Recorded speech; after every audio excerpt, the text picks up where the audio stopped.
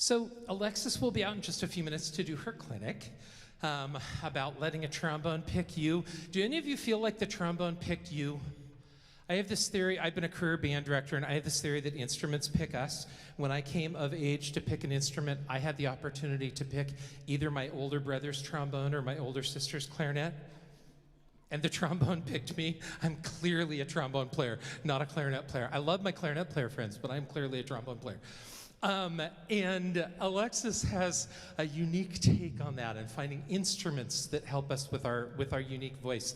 She's here courtesy of S.E. Shires, but she didn't bring all of these horns in a U-Haul. So all of these horns and several more tables up there. Alexis, there, Isaac's got a mic for you. Isaac's got a lapel mic for you, so you don't have to hold this and a handful of lead pipes. So Alexis flew in from cross country and knew that she would have a table full of trombone parts to show off and to let us try, because Matt Stecker from the Mighty Quinn Brass and Winds, everybody thank Matt, he's right down here in front, is a Shires dealer and has tons of Shires parts that you can try and buy from him today or another day. We want to continue to thank him too. The other thing that I want to advertise, and you'll hear me talk about a few times throughout the course of the day, you have some audience participation a few times during the day. I need you to make this sound, some version of the sound that goes, ooh. Can you do that? Later on today, do you know that we, and by we, I mean Matt and his music shop, are going to give a young person a Bach 42 open wrap F attachment trombone. Do you know that? That's pretty cool. That doesn't happen every Sunday. Today, it does though. So Alexis is here, like I said. Alexis Smith is here courtesy of S.E. Shires. She is just an amazing trombone player and wealth of knowledge about helping us find our voice, is the way I said it a minute ago, right? Trombone's picking us. She's an instrument designer and product specialist for Shires. She has a bachelor's degree in music from the Manhattan School of Music, a master's degree from Juilliard, and a doctorate from Boston University. She's the principal trombonist of the Southwest Florida Symphony Orchestra, and she co-founded the Boston Trombone Project. That's a lot of cool stuff, isn't it? Her appearance is sponsored by S.E. Shires, and I also have found out that she has a cat named Beelzebub.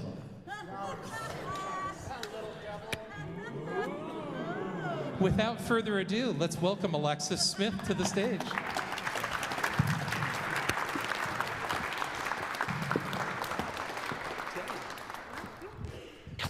think I broke this. Oh no. Well, can everyone hear me if I say this? Yep. Yeah? Okay, I don't know how to work any of this, so we're good. Thank you so much for having me out here. I'm really, really looking forward to today and meeting everybody. I know we don't have a ton of time, so Emmett, would you like to come out? Oh, it does work. I'm going to do this. So I figured the best way to demonstrate how to do a fitting is watching someone go through a fitting. And Emmett has very graciously agreed to be my guinea pig for today. And this is going to be a little bit of audience participation, so I want you to feel free to call out. This is very informal. We're all trombone players. We get it. So Emmett, tell me a little bit about what you're currently on. So I'm on a Bach 42B. Oh man.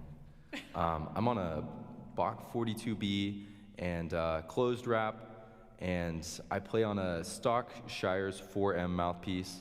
And so, I don't know, I really play whatever is at the school and stuff. I haven't really bought into a lot of gear, so yeah, just kind of trying things out. So awesome. Yeah. Okay. All right, so how I like to start these fittings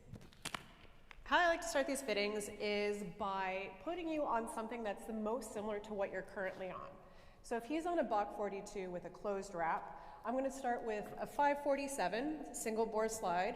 I'm going to start with a rotor valve and probably a one-piece yellow brass bell, because that's most likely the closest thing that we have to what you're currently on. If the person has their horn with them, then I always like to establish a baseline of playing. So I'm just going to put this together while we chat. First of all, how many of you have had trombone fittings? Yeah? Okay. All right, so this is going to be a fun process. Let's see. We're going to start here.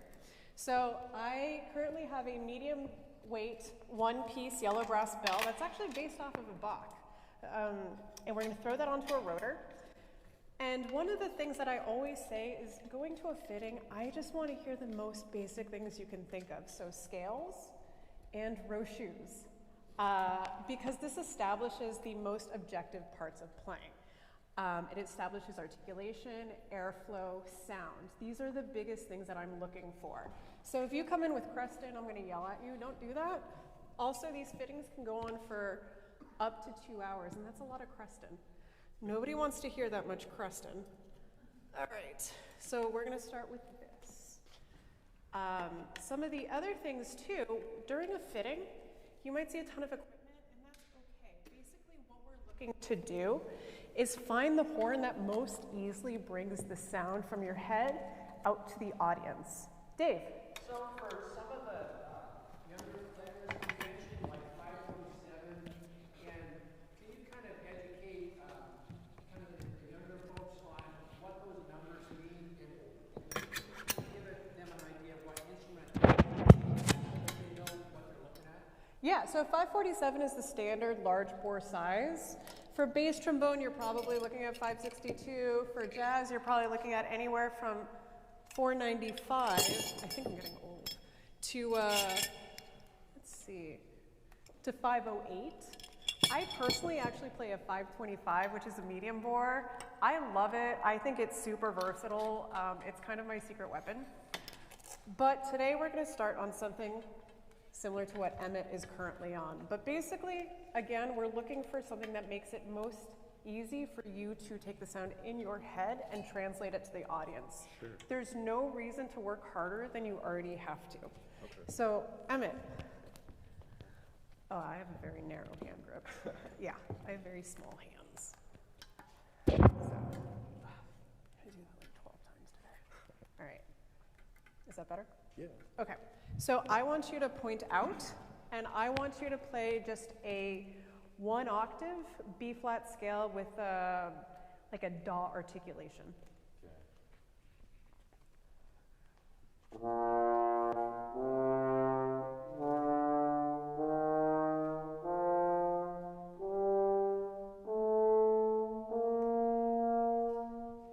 Okay. Yeah.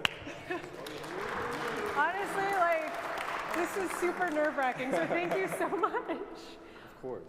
Okay, so I always like to ask, how does that feel? Does this feel, and there are a couple things that I want you to be thinking about. Does this feel tight? Does this feel open? Does this feel comfortable? So when you're playing, I know it's only a 1 octave scale, do you encounter any sort of tightness at all? I mean, it feels really open, but maybe like a little bit of resistance. Okay. With some of the notes. And do you like that resistance? I guess to some degree, but not really too much resistance. Okay. Yeah. Okay. So one of the reasons why I ask, does this feel tight? Does this feel open? I think of all notes as a target. So one of the things that I want to make sure is that when you're playing, does anybody ever have that like tightness? You feel like your horn is fighting against you. It feels like you have to push into it and it's just redlining a little bit. Yeah, that sucks. So generally what that means is the valve is probably a little bit too small. I always like starting with the valve of the trombone because I feel like that's the heart of the instrument. It's what affects the feel of the horn, the sound, the articulation, and then everything else kind of modifies areas of that. So one of the big things is don't take on too much, isolate variables, pretend you're a scientist. We're just gonna try and keep as many constants as possible. So right now, Emmett is on a standard rotor valve. He said there was a little bit of tightness. So, there we go. So we're gonna change out the valve, see if there's something that has a little bit more space for him to play through. At this point, the world is kind of your oyster because this is just a big Sudoku. That's all this is. It's all a big balancing act. And so if, say you were to go to an axial valve, but it felt maybe like the target was harder to find, we can modify other aspects, whether it's lead pipes, whether it's bells, whether it's hand slides. So let's see. All right, we're gonna go to a slightly different version of a rotor valve. This is the Alexis valve. The reason that I'm going to this is because it has slightly less bracing and a little bit more copper than a standard valve. During my fittings, I don't usually tell people what we're doing because it can be subjective, but for here, we're all learning together. This is great, we're in the tree of trust. It's all good. So we're gonna go to something that theoretically is a little bit more open. And if it doesn't feel open, it's fine. Yeah. Anybody have questions so far? Yeah. What if you play tenor trombone and you absolutely cannot afford a bass trombone? And you cannot afford a bass trombone, but you play tenor? Like, is there any cheaper alternative to buying a bass trombone than just, is there any cheaper alternative than to buying a bass trombone to get a bass trombone? Well, so he's asking if there's a cheaper alternative to buying a bass trombone. Like, can you play a large chord tenor as a bass trombone? That's a good question. It depends. It really depends, honestly.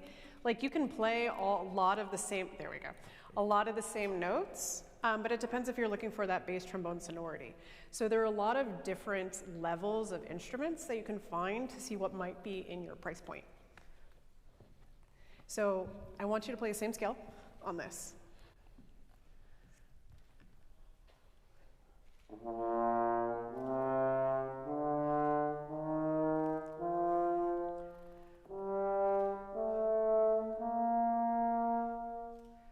Okay. Yay.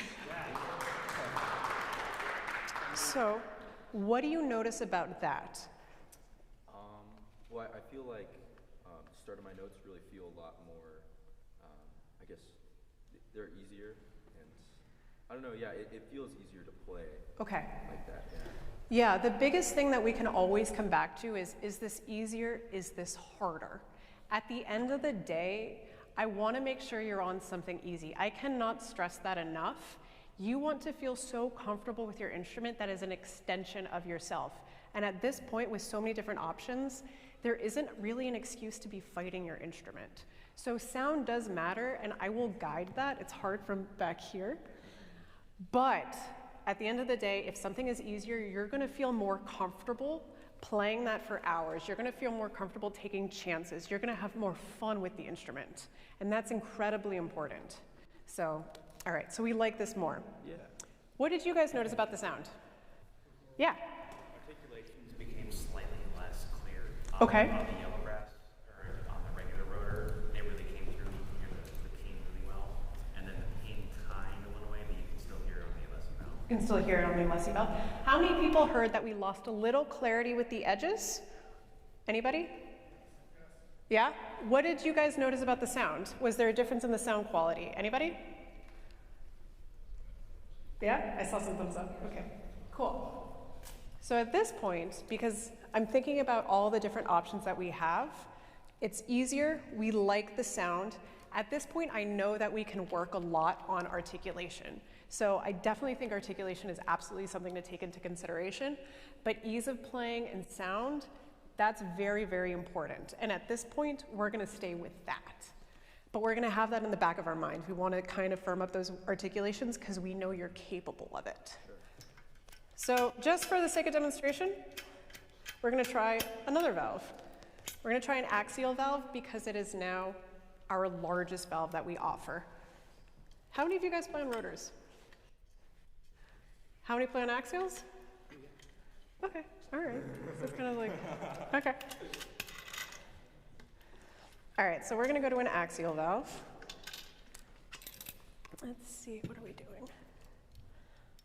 Okay. And one of the things that's, I think, particularly interesting is that the valve will affect the entirety of the instrument, including the notes that are not in the valve register, if that makes sense. And that's something I never really thought about until I started playing around with valves, but it's something to take into consideration. So.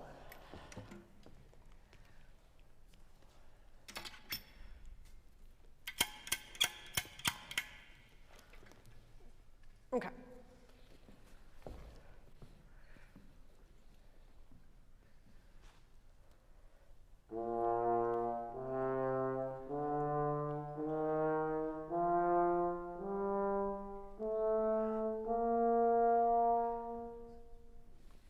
How does that feel? I kind of like that one. I felt like there was a good amount of resistance on that, or like it just felt more like when I played there was more attack on my note, I guess. Okay. Did you find that the center of the target was easier or harder to hit for articulation? Maybe a little. I feel like maybe a little easier. Maybe like it slotted a little bit better. I guess. Slotted a little bit better? Yeah. What did you think of the sound? I liked it. I liked the G up to the B flat. I really liked, or kind of the higher part of the scale. I felt like it slotted in, but it was more full. Okay. More sound I liked. It had a little bit more breadth and resonance to it? Yeah. Okay, so audience, what did you guys notice about the sound? How many people liked it more? Yeah. How many people were like, I don't know, I think I might like the Alessi a little bit more? Okay. So I noticed that you just raised your hand. What do you like about the Alessi slightly more? Me? Or either. I mean, both of you did, actually. I think it felt like it rang a little bit more on Alessi. Okay, okay. Would you say that maybe it had more core and more presence to the sound? Yeah, how many people noticed that? How many people like the breadth of the axial more? Yeah? Okay, that's fair, because I did notice that I thought the Alessi had a little bit more presence. I'm kind of at the side of you, so it's a little hard. This is really loud. So it's kind of hard to, can you guys still hear me? Yeah. So it's kind of hard to judge sound, which is why you guys are awesome right now. But one of the things we like is the color of the axial, yeah? And do you find it easier? These are wins. These are both wins in my book. So let's stick with the axial. Okay. One of the things that I want to keep is the color and the breadth of sound, but I want to reinforce clarity of articulation and core. I want to make sure that Emmett can come out of the texture easily. I want to make sure that he can be the bridge for first trombone and second trombone, as well as bass trombone and first trombone. So, wait, what are we doing? We're doing this. I want you to hold this. Okay. So we're going to stay with the axial for now, and we're going to see if there's anything we can do to kind of shore up articulation and keep that presence of sound moving forward. So right now, what are we on? Okay, we're going to try a couple different things. Right now, we're just on a single bore 547 slide, yellow legs, nickel crook, super, super standard. Chances are if you're playing tenor trombone, you're probably on something like this. We're going to try a couple different things. Let's see. Yep. To see if maybe there's something we can do to make sure that there's a little bit more of what we liked about the Alessi while still keeping the color and breadth of the axial. Yeah, so I want you to do the same thing here.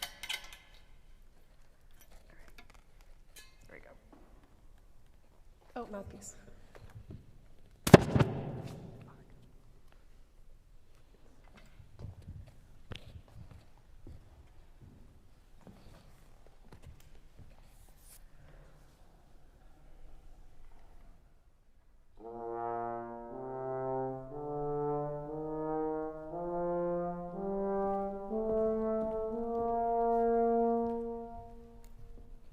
What do you notice about that? And they're pretty similar, but I feel like I did kind of like the first one a little bit more.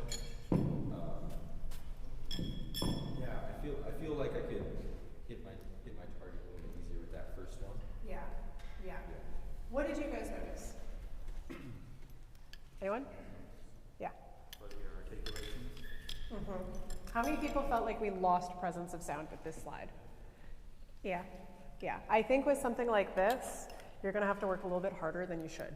Sure. So we're going to go back.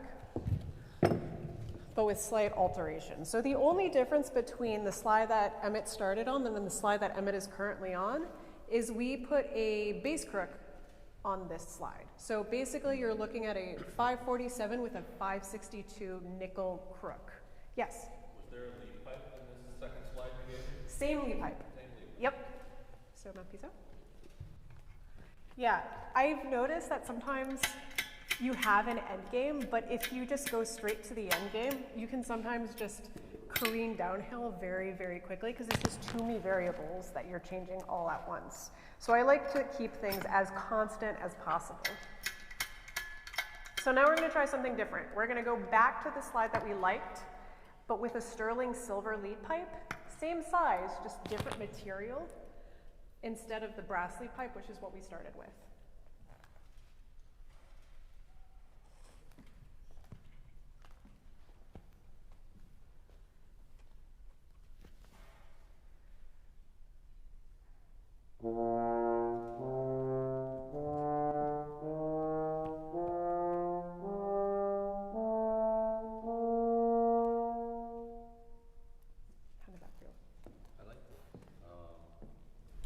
Yeah, I felt like I did need to work a little bit for those starting notes, but kind of when I got into the upper half of the scale, it was a little bit easier. Would you mind starting at the upper half of the scale and then going down to the bottom?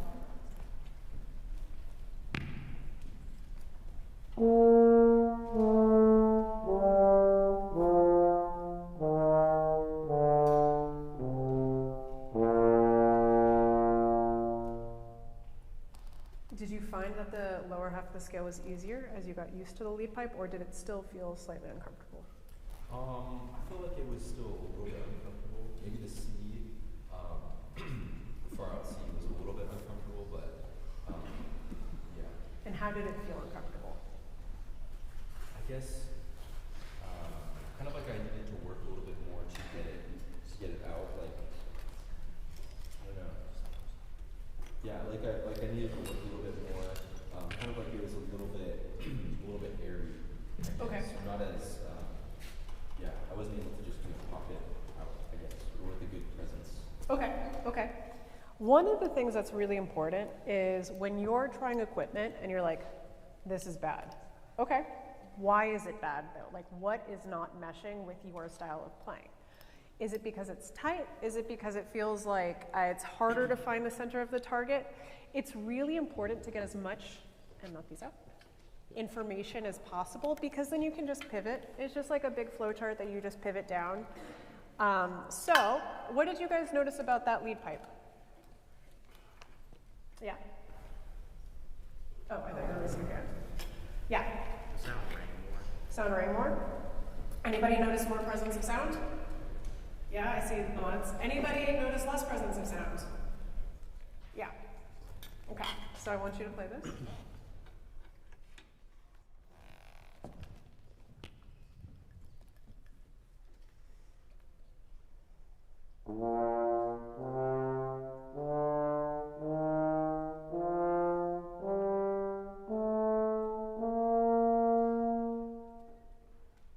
Which one felt more comfortable?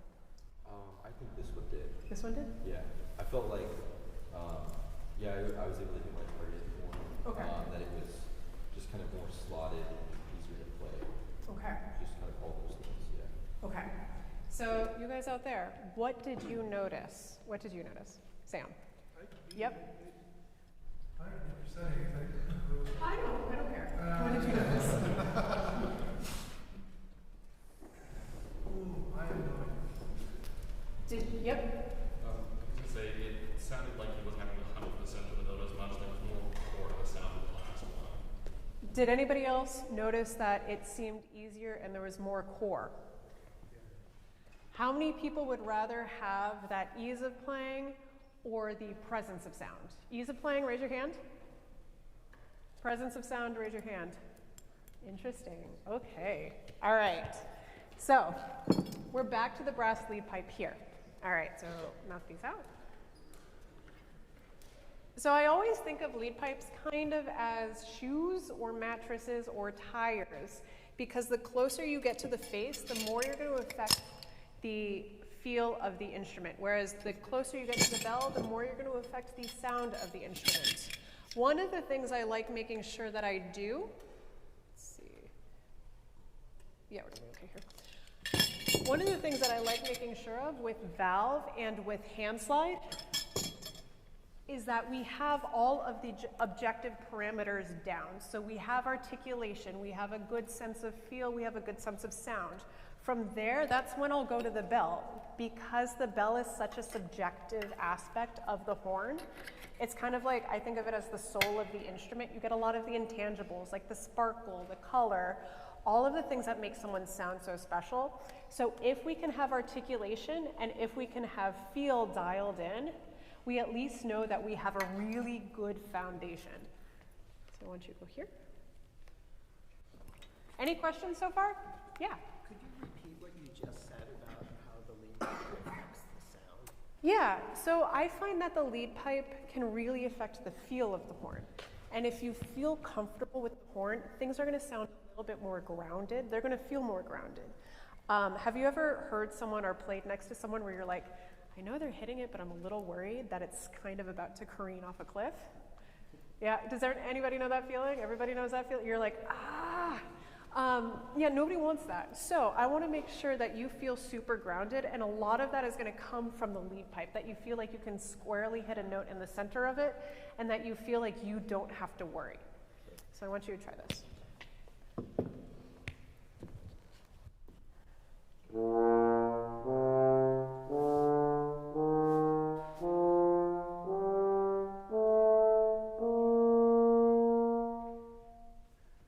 How does that feel? I liked it more, I think. Yeah, I felt like I was just kind of, I could easily hit my target. Okay. You know, Okay. yeah. What did you guys think? Did you like this lead pipe more or less than the last one? If you liked it more, raise your hand. If you liked it less, raise your hand. All right. I kind of liked it more. It was a little bit more packaged. It felt a little bit more mature just because it had the front, the middle, and the end of the note, which sounded slightly more consistent. So I like this. Yeah? Okay. Do you feel comfortable so far? Yeah. Yeah? Okay. Yeah. All right, so now that we have, especially for the sake of time, now that we have kind of articulation dialed in, we feel comfortable with the feel, now I like to go to the bell. Bell and tuning slide are generally paired together. This tuning slide in particular is for a Bach taper bell. So we're going to keep this together and go to just a yellow brass tuning slide. So let's do this. Let's see, I want you on. Yeah, we're going to go here. How are we doing on time? What? 10:08? Okay. Oh, we're good. We're good. We're good. All right. So now we're going on a slightly different bell. It is a lighter weight bell. Also, this is a really good opportunity to talk about how to put in a tuning slide. I myself can also not be great at putting in a tuning slide. Don't shift it side to side. That's bad news bears. It will get stuck. I do this sometimes too, but what I like to do, it looks kind of dumb, but whatever, we're trombone players. I want to line the tuning slide parallel so I can see how the legs are fitting. It's hard to see from your guys' point of view, but basically I want it to be parallel, and then I want to put even pressure on the tuning slide to slide it down so it's not like hitting each end. Tuning slides can be hard. I get them stuck all the time. This helps. All right, so I want you to do the scale.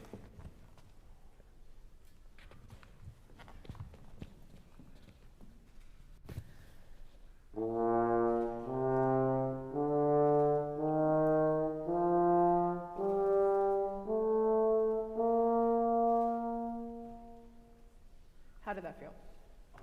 I felt like it was a little bit more resonant. Okay.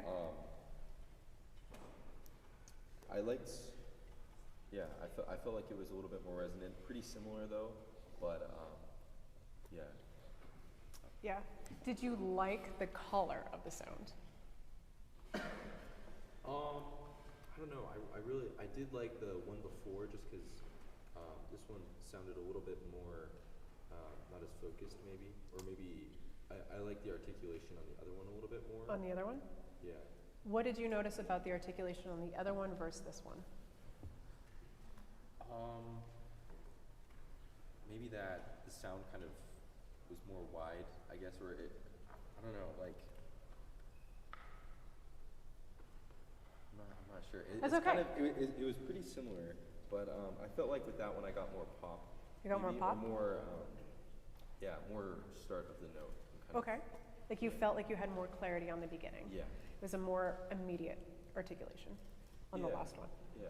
What did you guys notice about this bell versus the last bell? Who liked this bell more? Who liked the other bell more? Yeah. Okay. Why did you like the other bell more? Gray shirt. Gray polo shirt. Okay, we're going to go to pod shirt. Yeah. The last one sounded more a good tone. Would you say it was a more broad, resonant tone with more, I like to think of it as a more deliberate, mature sound? Yeah, it has more color, right? One of the things that's really important to preserve are the things that make someone sound special. Eliana, I know we talked a little bit about that earlier today, and I think Nate, I don't know where he is, but we also, yeah, hi, you're right there. One of the things that's really important is you can have a good trombone sound or you can have your trombone sound. I would rather you sound like you any day because I've heard a lot of good trombone sounds. I don't care anymore, you know? I want to hear what makes you special. I want to hear your fingerprint. I think I also tightened this too much. So we're going to see. Yeah, I might have actually. Oh no, we're good. So one of the things I really want to preserve, which is why it's really important for you guys to, I think, if you ever come to Boston for a fitting, to bring a horn, is you can hear the things that make your sound. We establish a baseline on something that you're comfortable with. So when you go to fittings, whether it's with Mighty Quinn or if it's with us, see what you love about your sound. I want you to think of this as kind of like a form of therapy. Like, what do I love about my playing? What do I dislike about my playing? What do I wish I had about my playing? And one of the things about trying horns is be very patient. Like, it's okay to not have all the words to talk about sound or what you want. That's fine. This is not something we do all the time, and it shouldn't be. I should make that very clear. You should not be trying horns every 6 months, because then you'd be a trumpet player. Fair. Fair. But, like, it's okay to feel uncomfortable. You're going to start understanding more the more you go through this process. You're going to see what you like, you're going to see what you dislike. So be patient with yourself, be kind to yourself. It's going to be fine. It's just a trombone at the end of the day. I don't know if I should say that, but like, it is. Yeah. Okay, so let's do the scale again.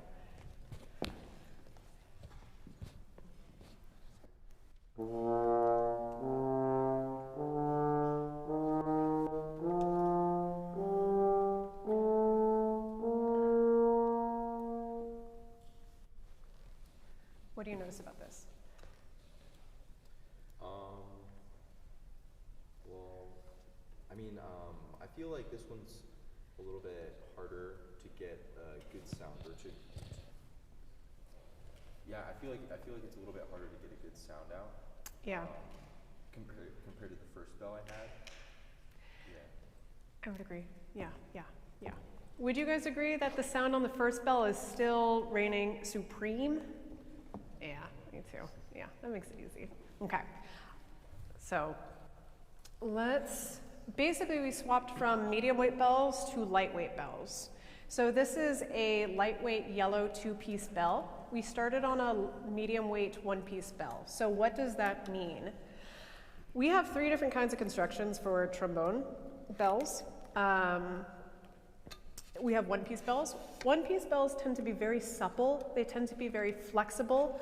Sometimes they might not have as much immediacy of articulation, but you're generally going to get a really beautiful, really responsive sound. I always think the more points of contact, the more stable your horn is going to be, but with potentially less resonance. And everything is really a balancing act. So you're going to try so many different things when you're looking for a horn, and you want to make sure that it's balanced for you.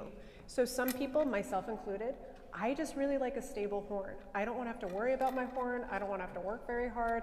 I want to articulate and have the articulation speak. Some people want something that's just so resonant and warm, and that's fine. So you just have to find out what works for you. So you have one-piece bells, which are very supple, and then you have two-piece bells. Two-piece bells are when you take the stem and you connect it to the flare. There's going to be a little bit of a seam around the bell. I'm sure some of you have seen that, especially if you have like a red brass bell or a gold brass bell.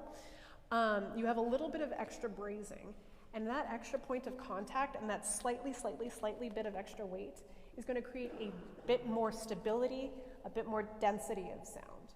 So you're going to want to see which one works for you before we go. There we go. So right now we are currently exploring two-piece bells. So a little bit more stable, but these two-piece bells have an unsoldered bead wire. So basically an unsoldered bead wire is a bead wire that does not have solder between the lip and the flare of the bell. So again, if you have less points of contact, you're going to have a more resonant horn. Whereas if you have a soldered bead wire, you're going to have a more stable horn. It's all just a big balancing act.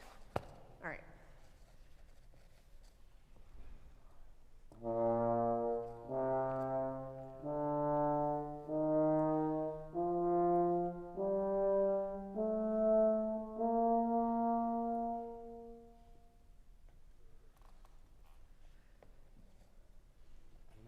I still do like the first bell a little bit more. It feels a little bit more stable, I guess. The first bell? Yeah. Okay. Kind of, yeah. Yeah. Let's go back to the first bell. Sure. Because I'm sure we have lost what that sounds like, which is fine. We're going to onesie-twosie it. Anybody have any questions so far?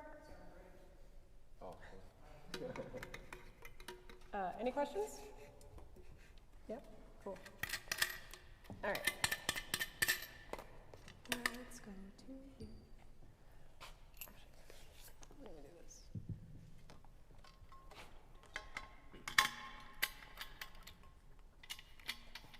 All right. So I want you to do the same thing.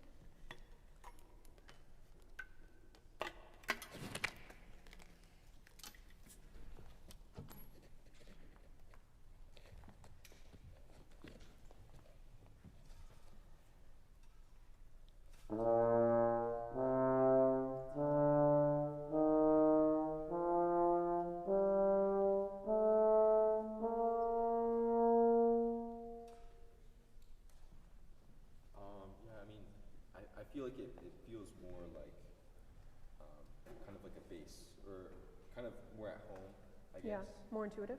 Yeah. Yeah. How many people like this bell? Yeah, I really like it too. Yeah. Okay. So we're going to futz with tuning slide.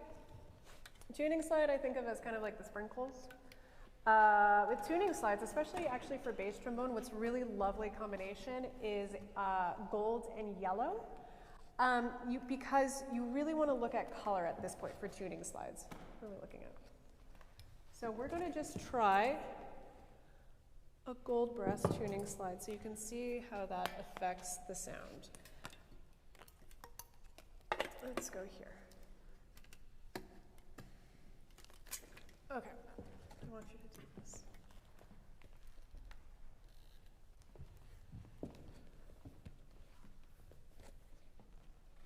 I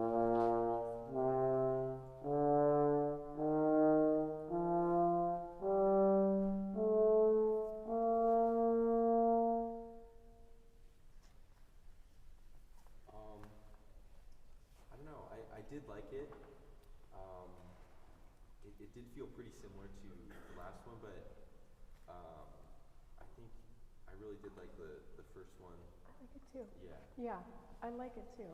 There's a lot of nice clarity. There's a lot of nice core. I like the other one more. What did you guys notice? Who liked the other one more?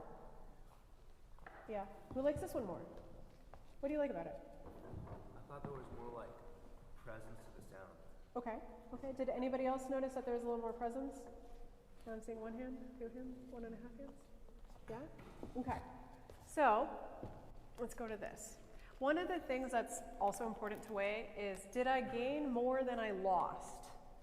Right now, I would say that I think we lost a little bit more than we gained, because I love the breadth that we had from that other tuning slide. Yeah. And if you feel comfortable, then that's a win. Let's try one more thing. We're gonna go to a seamed tuning slide. Yeah. Seam tuning slides and drawn tuning slides. Does anybody notice, or does anybody know the difference? Yeah, yeah? Okay, what's the difference?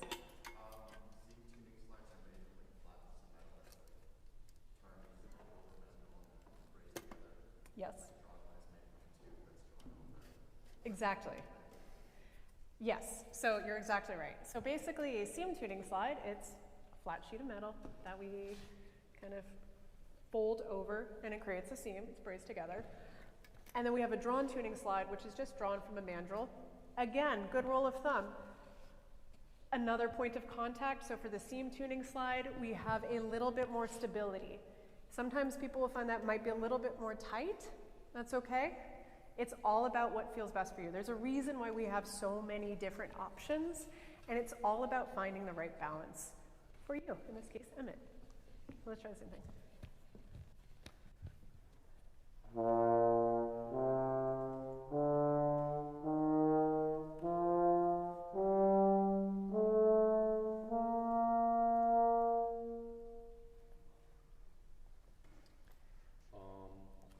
did feel like it was a little bit tighter. Yeah. We lost breath of it. Yeah. Yeah. Okay. How are we doing on time? Anybody have a time clock? A clock? I know you all have phones. What time is it? 10:22. Cool. Thank you. All right. Okay, so we're going to go back to this. Let's see. Okay. So one of the things that's also important is you're going to try a ton of stuff. I know I keep saying this. If you hate something, that's okay. Sometimes you want to just feel comfortable knowing that you are on the horn that is best for you. Okay, here we go. Like this.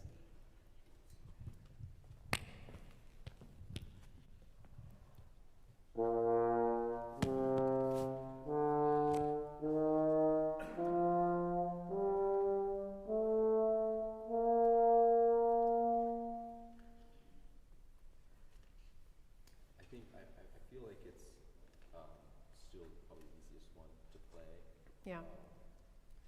So at this point, I would love to hear, generally during fittings, I always tell people to have something that's going to be legato articulated. For the interest of time, we're just doing a simple scale because it will demonstrate so much without killing your face. But towards the end of the fitting, I like to go into something that's a little bit more involved. So it could be excerpts. For tenor players, I love hearing, well, for these circumstances, I love hearing tuba mirum, just starting on the F, just hearing that first phrase, just to see the suppleness of the horn. I usually like hearing something like Hungarian or ride, because then we're really seeing the clarity of articulation. And also with a louder excerpt, you can see if the horn redlines. Is the horn able to take all of the air that you're giving it, or does it get splashy? Like I always think that a conductor is not going to give you the hand because you're too loud. A conductor is going to give you the hand because you have a bad sound. So that's always really important to keep in mind. Other things I love to hear are things that will show off your range. So whether it's an arpeggio or like bolero, if I don't like you, or Rhenish, and then I like to hear something that's a little bit on the softer side. So it might be saison, organ symphony, bass trombones. Usually I like hearing the franc, which I know is kind of mean, but I just like the excerpt. I also really love hearing Bach's sarabands. These are things that show off flexibility, suppleness, color. Also bass trombone. I mean, you have Hungarian too, which is fine. But these are things that show building blocks of your playing. So similar to an audition, people are really just trying to see different facets of your playing. That's exactly what we're trying to do here. But there's no reason to burn your face out early on. Save that for a little bit later to make sure that we're really close. I think let's see, we have like 10 minutes left. So one of the things that I think would be really fun is, I know we don't have music up here. It's okay. Is there anything you feel comfortable playing? This is like really putting you on the spot, so it's okay if you don't. I mean, It took me like 3 decades to memorize Tukabirum, so it's okay. yeah, I don't know. I don't really have anything exactly like. That's okay. Yeah. That's okay. So I think like for right now, I like this for right now, for like an abbreviated fitting. Yeah. But what I would love to hear is, anybody have any questions or concerns or like questions for if you guys do your own fitting with yourselves? Yeah. How do you avoid like fatigue up here and like the different paralysis, those kinds of things? I mean, the fitting gets longer and longer and it's all starts to blur together. Yeah. Yeah, that's a really, really good question because yeah, it's absolutely real. So the question was, how do you avoid like noise fatigue and also like mental fatigue, which is, that's very valid. What I like to do is after a certain point, we just check in, like, how's your face going? And then if someone's like, you know, it's starting to feel a little weird, take 5 minutes. I tell people to go on walks. I myself, I really like sludge metal. So I listen to a lot of sludge metal really loudly, which kind of like purges my brain. It's like the exact opposite. But I find that if I like put myself in a completely different sound universe for a little while, I can come back and have a better basis. Also, I think one of the things too is if you're on the other end, if you're the one who's getting fit, it's okay to be like, hey, I need 5 minutes. Like, that's fine. Anybody should be understanding, but sometimes I'll be like, let's take a walk. I want you to take 5 minutes, drink a lot of water, and don't think about trombone. Don't listen to trombone. Don't play a trombone, just sit. Like, sit with your thoughts, which I know can be horrifying. But yeah, it's a really good question because it does happen. It really does happen. Any other questions? Yeah? These players change throughout the day and over the course of one's career. How can you pick a horn on the spot given that change? Yeah, absolutely. Like I always think of us as athletes of the small twitch muscles. And so you're going to change over time, and you should. That is very healthy to change over time, have your sound concept change over time. You're organic, so of course that's going to happen. The best thing, like, it's hard, I think, to be like, well, in 8 years you might be feeling like this, or in 3 years. So what I always look for is to find a horn that's going to be versatile for every situation. So if you're in college, if you're high school, if you're freelancing, you want a horn that you can feel confident taking from first trombone, second trombone, to maybe a horn that you're going to be playing big band, maybe you're going to be playing third, maybe you're going to be doing chamber music. So when sometimes someone will come to me and be like, I want the darkest, heaviest horn possible. No, you don't. You want a horn that has nice resonance, nice breadth. So I want to make sure that it's still easy for you to do your everyday job. And that's one of the reasons why I want people to come in and play something that they're super comfortable with, because then we can get a really nice, accurate snapshot. If someone comes in and they're going to play something, maybe they end up on something that's kind of extreme, I will make sure that they go through every single pace to make sure that they are comfortable, to make sure that it is actually the best fit. Generally, there isn't a ton of deviation from standard components, but if there is, it's really important to do due diligence. I don't want to have to anticipate, like, how are you going to feel in 2 years, because nobody knows that. So the best thing to do is the snapshot for that day, keeping in mind all the things that you guys have to be doing as musicians, which is a ton of stuff. So unless you have your everyday forever job, you want a horn that's going to be a fantastic everyday tool for you. Yeah. Any other questions? Yeah. It's best to come to a fitting with a certain sound concept in mind for, like, you know, a target of what you want that's different from your current horn, or should it be just a blank slate of? I think it's really important. The question was, when you go to a fitting, do you want to have a preconceived sound? Do you think it's important to have a preconceived sound? I think it's important to always have a preconceived sound. Every note that you play, you should have the most beautiful sound to you in mind. And that's going to be an amalgamation of recordings, your peers, your teachers. That's why you should always surround yourself with fantastic players. But when you go to a fitting, You should be like, listen, this is what I love about my sound. This is what I wish I had more of. At the end of the day, we're gonna see what fits best for you, but we can work towards that target. Like if you're like, I wish that I had more clarity of articulation and more immediacy of sound, that's something that we'll keep in mind and continually check in about. So I think it's really important to think about your playing and have that time to reflect on what you like and what you dislike and what you're looking for in the future. Does that answer? Yeah? Other questions? Yeah.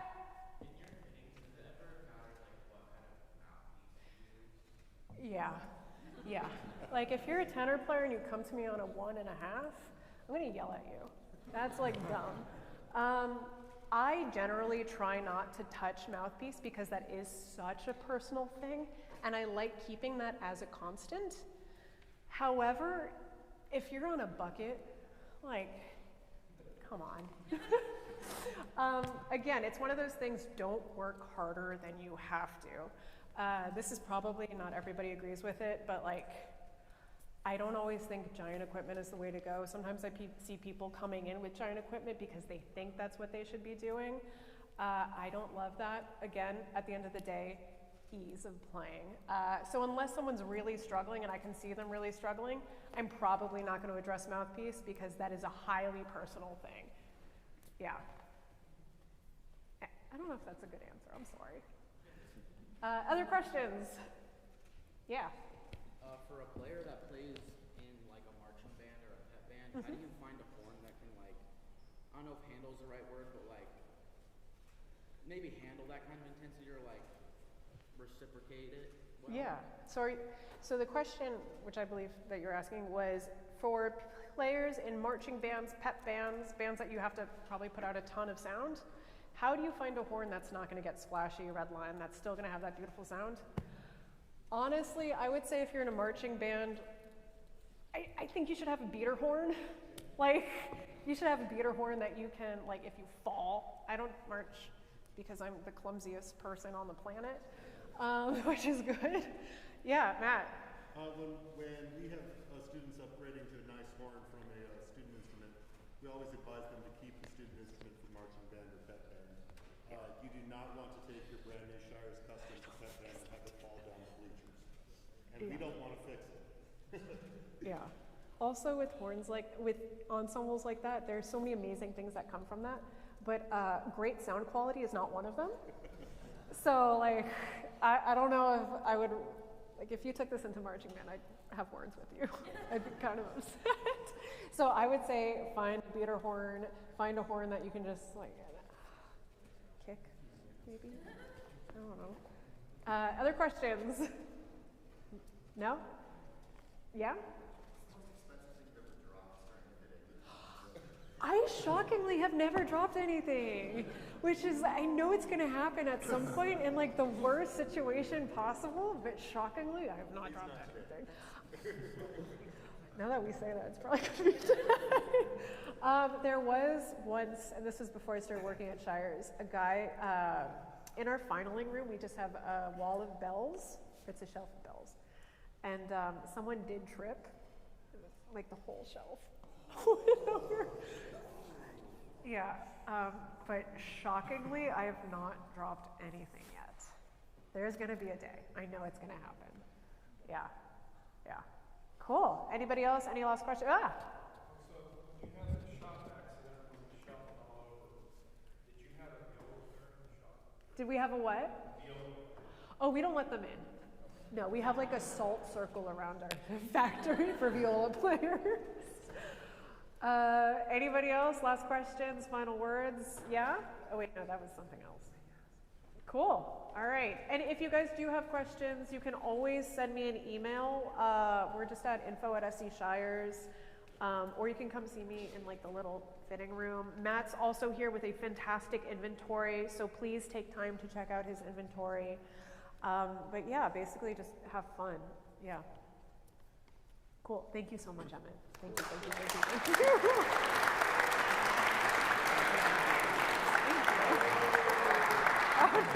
Thank you.